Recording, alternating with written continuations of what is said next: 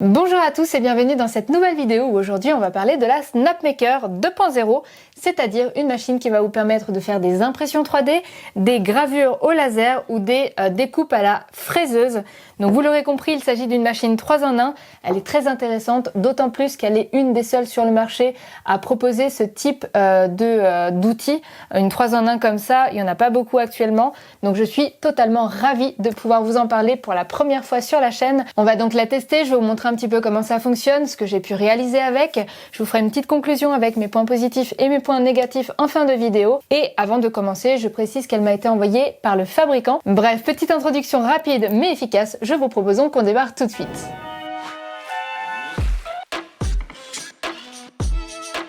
Allez, comme d'habitude, on va voir ce qu'il y a dans le carton. Il faut savoir que la Snapmaker 2.0 existe en 3 formats différents, celle-ci étant la plus grande, mais je vous en reparlerai un petit peu plus tard. Tout est vraiment très bien emballé et très bien organisé, c'est plutôt agréable. La notice, elle, est en anglais mais est très visuelle et on retrouve toutes les explications en vidéo directement sur la chaîne YouTube du fabricant. C'est d'ailleurs pour cette raison que je vous passe l'assemblage en accéléré. Le montage m'aura pris entre 1h et 1h30, il est très agréable et on sent que les matériaux sont très robustes. Pour démarrer mes tests, j'installe le plateau de la CNC puisque c'est la fonction qui m'intrigue le plus dans cette machine. Sur l'écran couleur et tactile, on remarque au démarrage qu'on est complètement guidé. J'y paramètre donc le nom ainsi que le réseau Wi-Fi. Et ensuite on a une explication concernant le module qui est installé. Pour ce premier essai, il faudra régler la hauteur de la fraise en fonction du matériau à fraiser à l'aide de la petite feuille qui est fournie. Allez, c'est parti pour la découpe du fichier qui est fourni par le fabricant. C'est le premier test, on fera des choses un petit peu plus complexes un peu plus tard. Comme vous pouvez le voir, il s'agit d'un support de téléphone. Ici, il a été fait dans des plaques acryliques noires de 3 mm d'épaisseur et on peut voir que la découpe est vraiment propre. Bon, et maintenant je pense qu'il est temps de prendre en main le logiciel qui est fourni avec, donc rendez-vous sur l'ordinateur. Le logiciel que Snapmaker nous propose permet de gérer la fraiseuse, la graveuse laser et l'impression 3D avec les différents onglets. Le premier onglet, lui, permet de gérer la connexion en Wi-Fi avec la machine pour pouvoir lui envoyer entre autres des fichiers de travail et ça c'est plutôt pratique. Pour cette première création, je vais me lancer plutôt dans une gravure d'un portrait que vous pourriez peut-être reconnaître. Il s'agit donc d'une gravure superficielle sur du contreplaqué de 2 mm que j'ai peint en noir, de manière à laisser apparaître la couleur du bois. La gravure est propre, c'est plutôt précis et j'entrevois les possibilités de réalisation avec cette machine. Seule petite chose, c'est que la hauteur du plateau peut très légèrement varier d'un coin à l'autre, ce qui fait qu'on peut avoir des défauts sur ce genre de gravure très fine. Par exemple, ici, sur le haut du visage, on se retrouve avec une partie qui a été gravée alors que ce n'était pas prévu. J'ai donc repassé un petit peu de peinture noire par-dessus pour rectifier ça. Alors pour être tout à fait honnête, la première difficulté que j'ai rencontrée, c'est de savoir quelle fraise utiliser selon la matière à fraiser. Voilà, c'est quelque chose qui n'est pas expliqué, donc il va falloir tester des choses, voir ce que ça donne et s'adapter. Le tout premier test que j'ai réalisé en fait était fait dans une plaque de MDF de 3 mm et évidemment le bois était plus déchiré que gravé. J'ignore si je peux rectifier ça avec une fraise, mais en tout cas comme vous pouvez le voir, ça ne rendait pas spécialement très bien. Allez, je me lance dans une réalisation un petit peu plus ambitieuse. L'idée c'est de découper de la matière dans une planche en hêtre de 2 cm de haut et de réaliser une sorte d'océan y coulant de la résine à l'intérieur. La modélisation a été réalisée sous Fusion 360 et la préparation de la découpe dans ce même logiciel parce que oui, le logiciel fourni par le fabricant est assez limité, on y fait vraiment le strict minimum, mais pour les choses un petit peu plus complexes comme celle-ci, il va falloir passer par un logiciel plus spécialisé. Comme pour l'autre, j'ai choisi la fraise un petit peu au feeling, ici ça a l'air d'aller, mais si vous avez des conseils à me donner, surtout n'hésitez pas. J'imagine notamment qu'il faudrait que ma fraise ait plus de flûte pour mieux évacuer les copeaux de bois, puisqu'il a fallu que je reste presque la totalité de la découpe pour aspirer les copeaux pour éviter que ça gêne.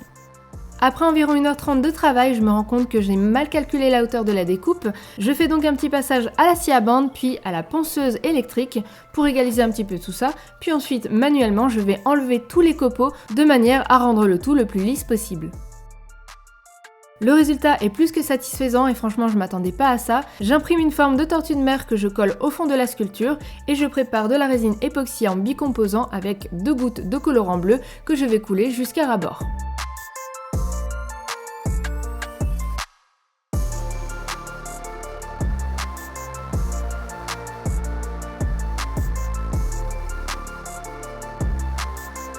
Allez, comme vous avez vu comment j'ai procédé précédemment, je vous passe rapidement la création de cette petite boîte qui est réalisée à peu près de la même manière et j'ai réalisé en plus le petit couvert que j'ai découpé dans de l'acrylique noir mat.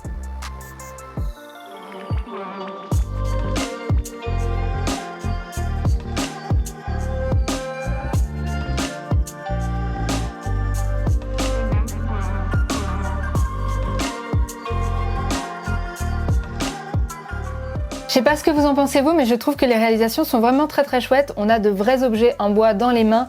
Ici, la gravure est vraiment chouette, même si, comme je vous le disais, il y a un petit défaut qu'on voit d'ailleurs ici. Voilà, bon, il faut le savoir. Il aurait peut-être fallu que je creuse un petit peu plus la matière plutôt que de faire quelque chose de trop superficiel. Il va falloir vraiment tester des choses. J'ai fait des tests qui n'ont pas été très concluants. J'ai notamment fraisé dans de l'hêtre avec des fraises que j'avais achetées en pensant que ça allait pouvoir me gérer un petit peu la profondeur de la découpe. Malheureusement, ça m'a complètement déchiqueté le bois, ça n'a pas fonctionné comme je le souhaitais. Mais voilà, c'est vraiment quelque chose d'empirique, il faut tester, il faut voir, il faut apprendre par l'expérience. Il faut donc y passer pas mal de temps. Autre chose à savoir sur la fraiseuse, c'est qu'évidemment, elle va dégager beaucoup de poussière. On va pas pouvoir découper de la matière sans en dégager. Donc vous avez pour ça deux solutions. Soit vous achetez le boîtier qui est proposé par le fabricant. L'avantage, c'est que c'est vraiment fait sur mesure, que vous avez du plexi qui va filtrer les UV pour la partie laser. Vous avez aussi une extraction vers l'extérieur pour filtrer et limiter la propagation de poussière dans votre atelier. Ou alors, si vous êtes bricoleur, vous pouvez vous-même le fabriquer parce que, il faut l'avouer, le boîtier que les fabricants proposent coûte relativement cher. Allez, on a encore pas mal de choses à explorer avec cette machine. Je change donc le plateau pour celui qui est adapté à la graveuse laser. Je change également la tête très simplement en dévissant les vis à l'arrière. Et je lance mon premier test qui, je l'avoue, n'est pas très concluant puisque comme vous pouvez le voir, la puissance est bien trop élevée et finalement la gravure est bien trop foncée. Je finis par trouver un guide de réglage selon les matières que je veux graver et je relance d'autres choses en ajustant les paramètres et pour le coup, ça a donné des choses bien mieux.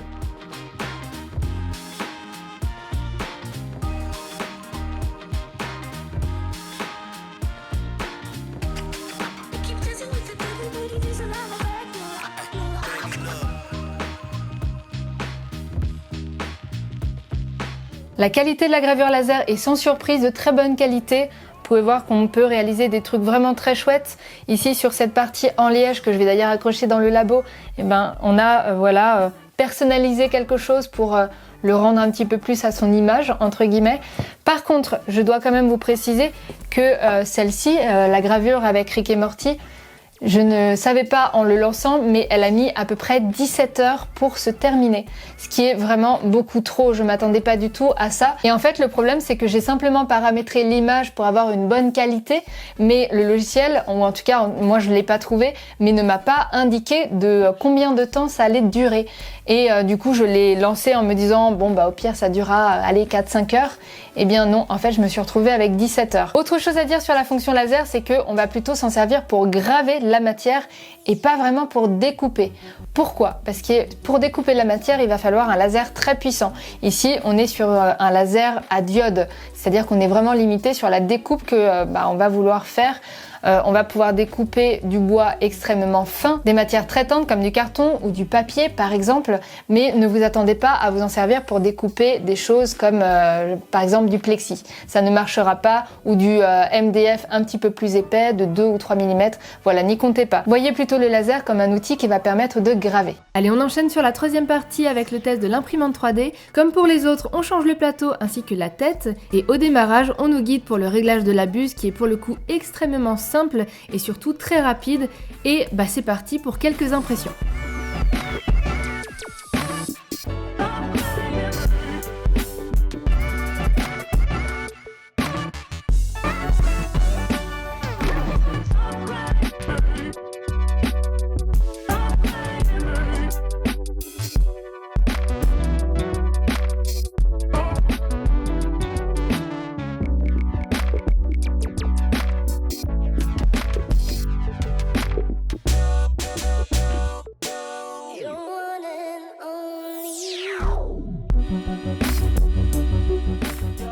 Alors pour l'instant, je me suis concentrée sur des objets en PLA, en plastique classique.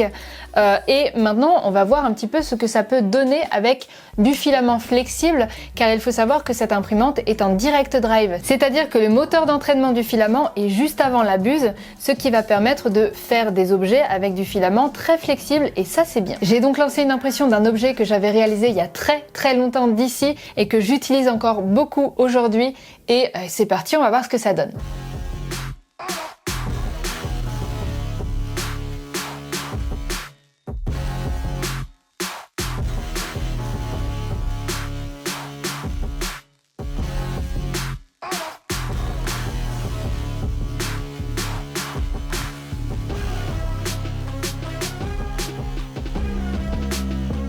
Comme vous avez pu le voir, j'ai eu aucun souci pour imprimer de la matière très flexible. Il faut savoir que ce filament là que j'ai utilisé est une matière très élastique, le plus élastique en fait de toute la collection de filaments que j'ai à la maison. Donc vous pouvez très facilement imaginer qu'avec un filament un petit peu moins élastique mais autant flexible, eh bien cette imprimante n'aura aucun souci à l'imprimer. Bref, je conclus très largement que cette imprimante nous délivre des impressions de qualité et ça c'est probablement dû au fait qu'elle n'utilise pas de courroies ordinaires, les courroies qu'on retrouve sur n'importe quelle imprimante ou en tout cas la plupart des imprimantes qu'on retrouve dans le commerce actuellement, ce qui fait que les déplacements des axes vont être particulièrement fluides, sans à-coups et sans tremblement. Voilà, on a quelque chose de très stable et franchement ça se ressent dans la qualité. Comme vous le savez peut-être déjà, à travers la chaîne j'ai pu expérimenter, tester plein d'imprimantes différentes, des marques, des modèles différents, etc.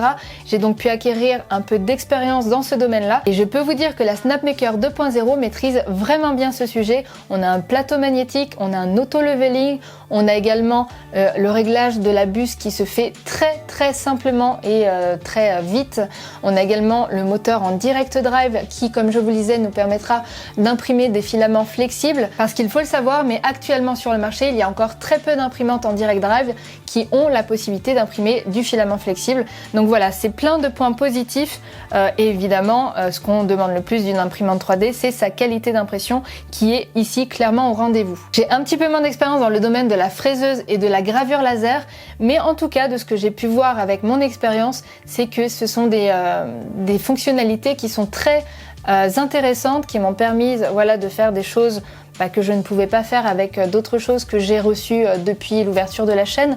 Donc franchement, c'est une machine 3 en 1 extrêmement intéressante, très polyvalente, qui va nous permettre vraiment de grandes possibilités dans la création. Comme je vous le disais, il existe cette machine en 3 formats différents, avec des budgets différents. Je vous mets tout le détail ici, comme ça vous avez bien visuellement à quoi ça peut ressembler. Donc voilà, il faut savoir que celle-ci c'est le plus grand modèle, ça coûte un certain coût, mais imaginez si vous deviez acheter les 3 machines individuellement, je suis pas sûre que vous vous y retrouveriez. Et surtout, une machine 3 en 1 comme celle-ci vous permet d'économiser inconsidérablement l'espace utilisé pour la création. Par contre, il y a aussi le désavantage que vous ne pourrez pas utiliser chaque machine en même temps. Il va falloir passer, switcher d'une fonctionnalité à l'autre. Le passage de la fraiseuse à l'impression 3D par exemple est très facile, il n'y a pas de problème, mais ça vous prendra un certain temps. Il y a énormément de vis sur le plateau à dévisser, remettre le nouveau plateau.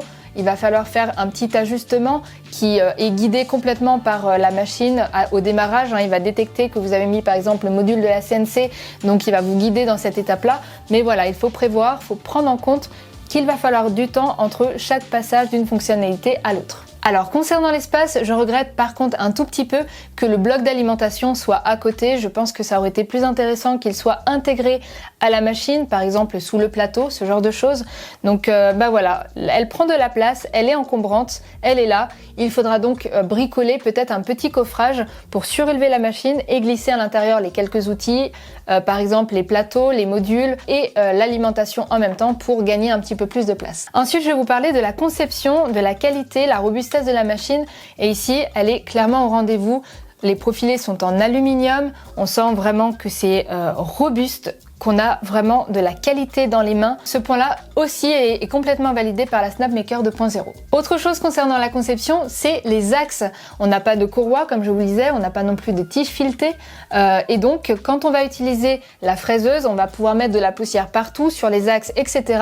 Et là, on n'aura aucun problème. La machine va continuer à déplacer tous les axes, même si on a des copeaux, du bois partout, il n'y a aucun souci. Mais en tout cas, je suis vraiment impressionnée et je m'attendais vraiment à avoir plein de problèmes avec le bois. C'est un truc, j'étais vraiment alerte quand j'ai commencé à découper les premières réalisations et qu'il y en avait vraiment partout. Je me suis dit, oh là là, il y a tout qui va se bloquer, mais en fait, pas du tout. Ensuite, je vais vous parler de l'écran qui est tactile et en couleur, qui est d'une bonne résolution, d'une bonne qualité, aucun souci, et également du logiciel qui est à l'intérieur, qui va détecter quand un module est branché. Il va ensuite nous guider dans l'étape de réglage de la machine.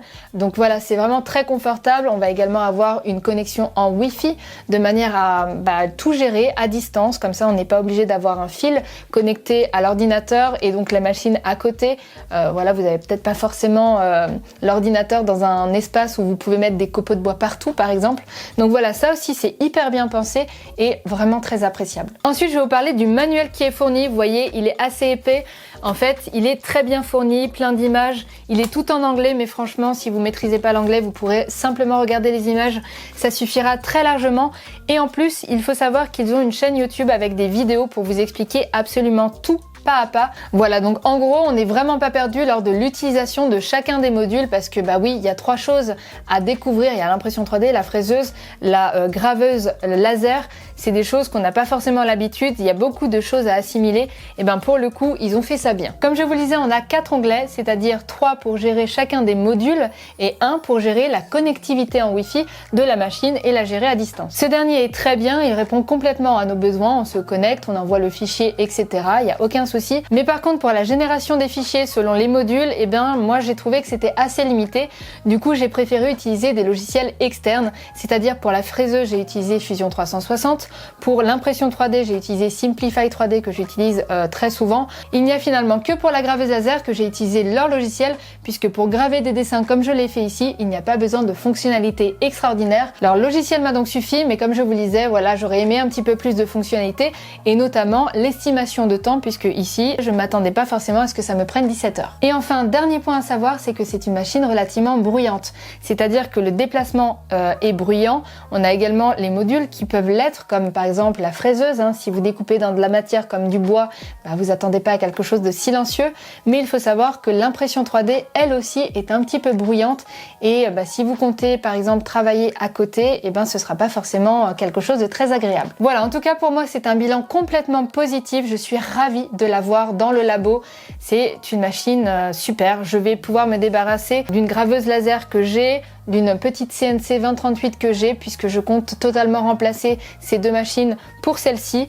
Voilà, donc en gros, si vous cherchez une imprimante 3 en 1, que vous n'avez pas forcément la place, que vous avez envie d'un truc assez compact, franchement, celle-ci peut totalement répondre à vos besoins. Vous avez 3 modèles, donc 3 budgets différents parce que j'ai bien conscience que c'est une machine qui est assez onéreuse. On a quelque chose en tout cas de très qualitatif. Voilà, en tout cas j'espère que cette vidéo aura répondu à vos interrogations. Si vous avez d'autres questions, n'hésitez pas à nous les mettre dans les commentaires.